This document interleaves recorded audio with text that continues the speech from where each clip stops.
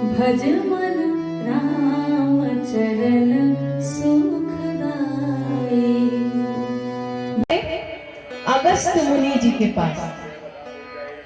और ये अगस्त मुनि कौन है? वो अगस्त मुनि जो एक बार पूरा समुद्र ही पी गए थे। क्यों पी गए थे?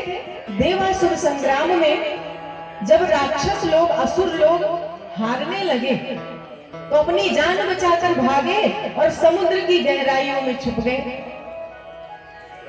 देवता लोगों ने अगस्त मुनि से प्रार्थना की, अगस्त मुनि उन राक्षसों को की खोज के लिए पूरा समुद्र ही पी गए कि कहीं भी छुपे होंगे असुर लोग पकड़ में आ ही जाए। उन अगस्त मुनि के पास भगवान भोलेनाथ कथा श्रवण करने जाते थे। और अगस्त मुनि कहाँ रहते थे? वाराणसी में उनका सुंदर आश्रम था। लेकिन एक बार की बात है, ये जो विंध्याचल पर्वत है, विंध्याचल पर्वत ने एक बार सूर्य भगवान से कहा, ध्यान से सुनेंगे, बस 2 मिनट की कथा, उसके बाद हम लोग आगे प्रवेश करते हैं। तो एक बार विंध्याचल पर्वत ने सूर्य भगवान से कहा कि आप सुमेरु पर्वत की बस परिक्रमा करते हैं, मेरे भी परिक्रमा किया करिए। सूर्य भगवान ने कहा, देखो भाई, हम तो विधि विधान के हिसाब से चलते हैं, हम तुम्हारी परिक्रमा अलग से नहीं कर सकते। सुमेरु पर्वत तो भौगोलिक नक्शे के हिसाब से उसकी परिक्रमा हो जाती है, हम तुम्हारी परिक्रमा नहीं करेंगे। अब विंध्याचल पर्वत को बहुत बुरा लगा, अच्छा नहीं लगा।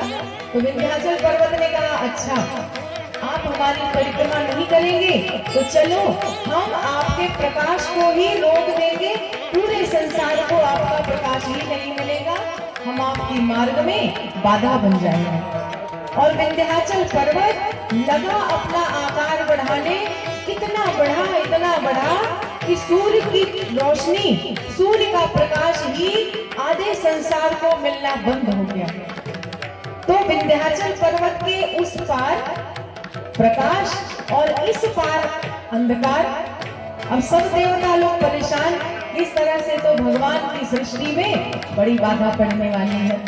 सभी देवता लोग मिलकर अगस्त मुनि के पास गए। क्यों? जब रावण के आतंक से सब लोग परेशान हुए तो सबसे पहले उनके गुरु जी शंकर जी के पास गए कि अपने चेलवा को कुछ समझाइए। इसी तरह जब विंध्याचल पर्वत अपनी मनमानी करने लगा, अपना आकार बढ़ाता गया तो सभी देवता लोग मिलकर कहाँ गए? विंध्याचल महाराज के गुरुदेव के पास। और विंध्याचल पर्वत के गुरुदेव कौन है? यही अगस्त मुनि। अगस्त मुनि के पास गए, सभी देवताओं ने निवेदन किया और कहते हैं, भगवान आप अपने चेलवा को समझाइए, अपना आकार बढ़ाता ही जा रहा है और सूर्य का प्रकाश आधे संसार को मिलना बंद हो रहा है। तो अगस्त मुनि पहले वाराणसी में विराजते थे और अपने चेला को समझाने के लिए, विंध्याचल पर्वत को समझाने के लिए उसके पास गए।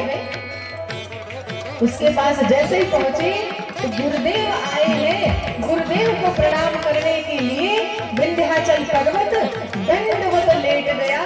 और दंडवत प्रणाम जब उसने किया अगस्त मुनि को, तो उसका आकार तब तक इतना बढ़ चुका था कि सिर पहुंचा विंध्याचल में और पैर पहुंचा खंबात की खाड़ी में और हाथ दोनों एक अमरकंटक और चित्रकूट का कुछ हिस्सा, ये सारा पूरा विंध्याचल पर्वत का ही पूरा आकार प्रकार है।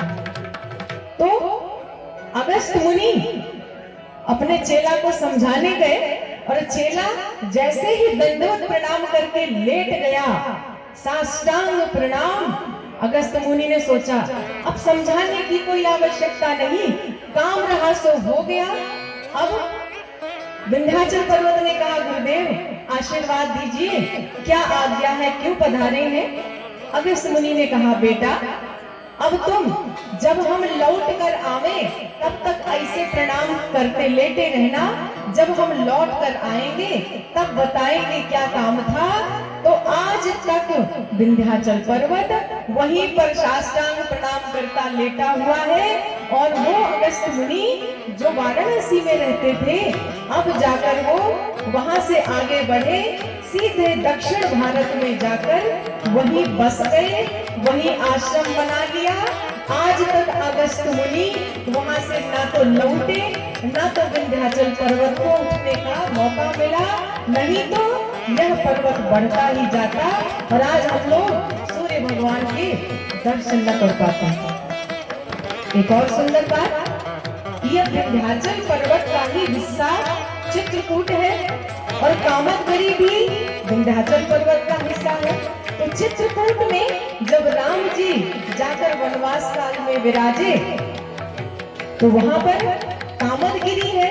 कामदगिरी की जब राम जी परिक्रमा करते थे तो यही विंध्याचल बहुत प्रसन्न होता था कि बताओ, एक दिन हम व्यर्थ में ही परेशान हो रहे थे, सूर्य से कह रहे थे कि हमारी परिक्रमा करो, और आज तो साक्षात प्रभु नारायण जिनके नेत्रों से सूर्य, हजारों सूर्य प्रकट हुए हैं, ऐसे साक्षात ब्रह्म, साक्षात नारायण आज मेरे छोटे से ही हिस्से की सही परिक्रमा तो कर रहे हैं। और वह विंध्याचल पर्वत बहुत प्रसन्न होता है। विपुल श्रम विपुल बड़ाई पाई। उस समय हमने इतना श्रम, इतना प्रयास किया कि सूर्य भगवान से लड़ भिड़ गए कि हमारी परिक्रमा भी करो, और आज बिना प्रयास के भगवान की कृपा से भगवान स्वयं मेरी परिक्रमा कर रहे हैं। तो ऐसे अगस्त्य मुनि जिन्होंने विंध्याचल पर्वत को झुका दिया, वो अगस्त्य मुनि वाराणसी को छोड़कर दक्षिण भारत में जाकर दक्षिण दिशा में बस गए। तो आज भगवान देवादिदेव महादेव को कथा श्रवण करने की इच्छा हुई मन में। तो भोलेनाथ का हेड ऑफिस क्या है? हेड ऑफिस है कैलाश। जब उनको एकांत चाहिए होता है कि बिल्कुल कोई झगड़ा झंझट नहीं, कोई लड़के बच्चे नहीं, तो अपने हेड ऑफिस में जाकर कैलाश में विराजते हैं। और उप कार्यालय था वाराणसी। भक्तों से मिलना हो, छोटे मोटे काम काज हो, तो भगवान वाराणसी में आकर विराजते, अगस्त्य मुनि से मिलते। लेकिन आज शंकर जी ने विचार किया तो अगस्त्य मुनि तो है नहीं वाराणसी में, लेकिन भगवान शिव ने कहा कि अगस्त्य मुनि से आज तो मिलना ही है, चाहे वो जहां बसे हो। और उसी कथा श्रवण की कामना से, लालसा से भगवान शिव अब दक्षिण भारत की ओर प्रस्थान करते हैं और प्रयागराज संगम के तट पर याज्ञवल्क्य जी कथा प्रारंभ करते हैं।